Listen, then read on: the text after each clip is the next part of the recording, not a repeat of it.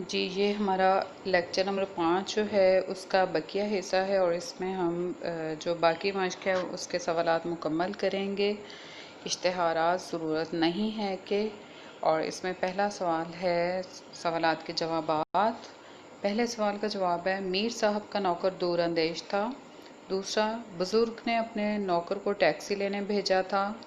تیسرا، آقا پر بخار کا حملہ ہوا تھا۔ چوتھا جواب، سبق میں موجود اشتہارات کے عنوانات یہ ہیں: کرائے کے لیے حالی نہیں ہے، اطلاع عام، ضرورت نہیں ہے، عدم ضرورت رشتہ، اور داخلے جاری نہ رکھیے۔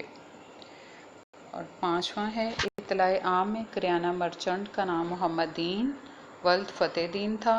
چھٹا، عدم ضرورت رشتہ کا مطلب ہے کہ رشتہ کی ضرورت نہیں ہے۔ ساتواں جواب، پنجابی نوجوان کو رشتے کی ضرورت اس لیے نہیں تھی کیونکہ وہ پہلے سے شادی شدہ تھا۔ اور آٹھواں ہے، کراچی شہر کے کالج داخلے کے لیے اشتہار دے رہے تھے۔ جی سوال نمبر 3 ہے، محاورات کے جملے بنانے ہیں۔ پہلا محاورہ، ہاتھ لٹکاتے آنا، مطلب ہے خالی ہاتھ آنا، اور جملہ، بزرگ کا نوکر ہاتھ لٹکائے ہوئے واپس آ گیا۔ دوسرا، پلے باندھ لینا، سبق لینا، جملہ ہے، نوکر نے بزرگ کی بات پلے باندھ لی۔ اور اگلا، عہدہ برا ہونا، ذمہ داری پوری کرنا، آج کل اپنی ذمہ داریوں سے عہدہ برا ہونا بہت مشکل ہو گیا ہے۔ اور آخری محاورہ، سوال پیدا ہونا، فرمانبردار بیٹے کو جائیداد سے آ کرنے کا سوال ہی پیدا نہیں ہوتا۔ یہ سوال نمبر 5 ہے، درست جواب کی نشاندہی کریں۔ ایم سی کیوز ہیں اور ان کے درست جوابات ہیں۔ پہلے کا جواب ہے نوکر کو، دوسرا بلب، تیسرا بخار کا، چوتھا حاذق ہیں، اور آخری درست جواب ہے آنکھ۔ اور سوال نمبر 6 ہے، سبق میں سے 5 اسم نکرہ تلاش کریں اور لکھیں۔ اور اسم نکرہ وہ نام ہیں جو کہ کسی عام چیز، جگہ یا انسان کا نام ہو۔ یہ 3 اسم نکرہ لکھے ہیں اور آپ اس میں سے 5 اور تلاش کر کے خود لکھیں گے۔ وہ بلب ہے، پلنگ اور پنکھا۔ اور سوال نمبر 7 ہے، الفاظ کے متضاد یعنی الٹ الفاظ، میزبان مہمان، دور اندیش جلد باز، بزرگ بچہ یا جوان، امید کا نا امیدی یا مایوسی، یعنی نا امیدی بھی آ سکتا ہے اور مایوسی بھی۔ اور سوال نمبر 8 ہے کہ جملوں کو ان الفاظ کو جملوں میں استعمال کریں۔ پہلا لفظ کفن، جملہ ہے، اسلام میں مسلمانوں کا آخری سرمایہ کفن ہے۔ دوسرا لفظ چمنی، امی نے بازار سے چمنی خریدی۔ اور ڈگری، مریم نے اس سال BA کی ڈگری حاصل کر لی۔ اگلا لفظ حملہ، اور اس کا جملہ ہے، آقا پر بخار کا حملہ ہوا تھا۔ اور لسی، گرمیوں میں زیادہ تر لسی کا استعمال کیا جاتا ہے۔ سوال نمبر 9 ہے، واحد کے جمع اور جمع کے واحد، وقت کی جمع اوقات، اطلاع اطلاعات، اور اشتہار کی جمع ہے اشتہارات۔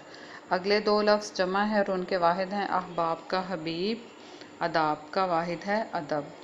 اور سوال نمبر جو 10 ہے وہ ہے، حروف تہجی کے لحاظ سے ترتیب سے لکھنا ہے اور پھر معنی لکھنے ہیں۔ تو ترتیب کے ساتھ لکھے ہوئے ہیں، اوباش، دانست، دوشیزہ، فہمائش اور گھامڑ، اور ان کے معنی ہیں، اوباش کا مطلب ہے آوارہ، دانست کا سمجھ یا علم، دوشیزہ کنواری لڑکی، اور فہمائش کا مطلب ہے سمجھانا یا آگاہ کرنا بھی ہو سکتا ہے۔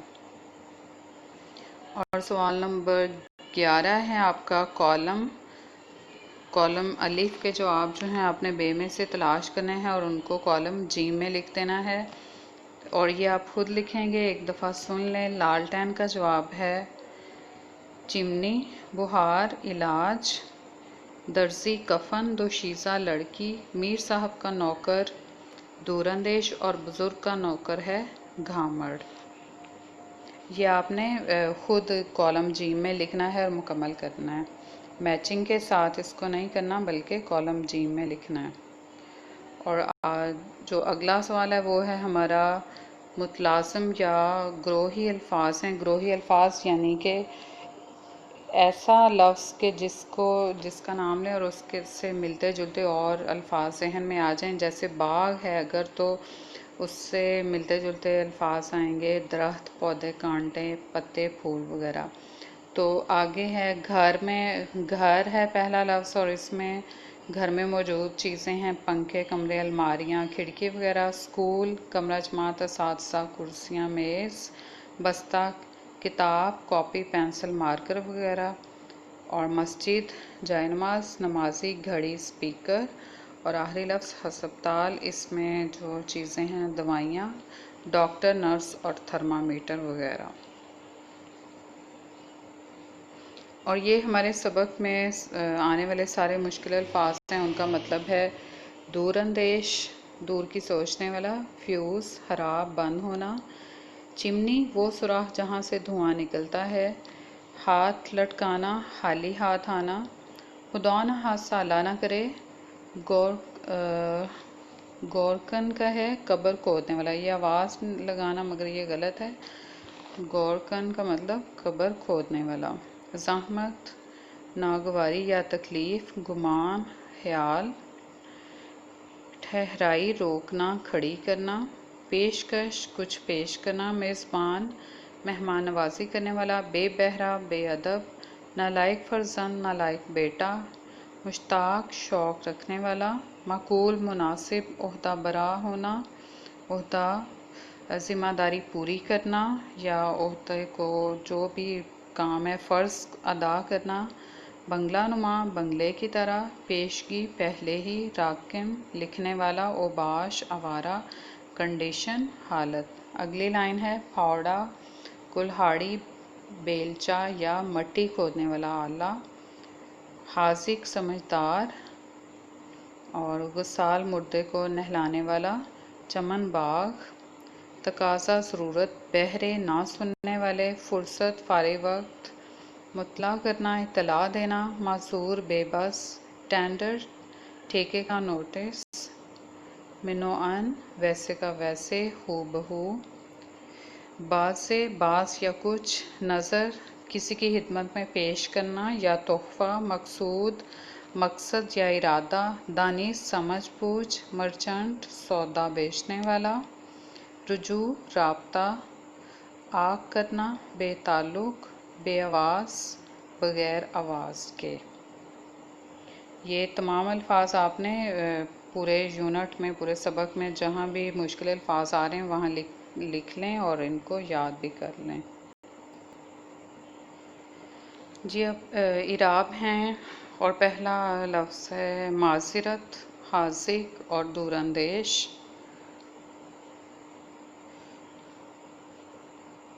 اور غسال، زحمت اور معذرت.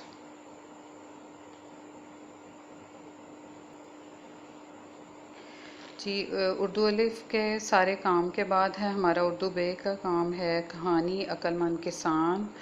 اور آپ نے اس کا نتیجہ بھی یاد کر لینا ہے. جو مشکل الفاظ آئیں گے ان کو لکھنا ہے، مشق کر لینی ہے اور اس کو اچھی طرح سے آپ نے یاد کر لینا ہے.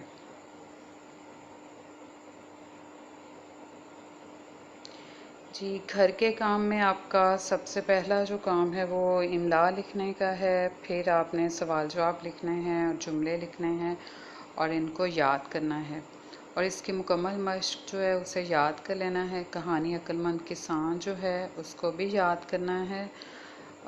ابھی آپ کے ٹیسٹ جو ہیں وہ شروع ہو چکے ہیں. پہلے آپ اپنے ٹیسٹ کی تیاری مکمل کریں گے اور اس کے بعد جو ہے جو روز کا کام آپ کو دیا جا رہا ہے آپ اسے یاد کریں گے. اور امید ہے آپ کو سارے کام کی اچھی طرح سے سمجھ آ گئی ہوگی اور انشاءاللہ آپ اس کو مکمل بھی کر لیں گے. اور اللہ ہم سب کا حامی و ناصر ہو. فی امان اللہ.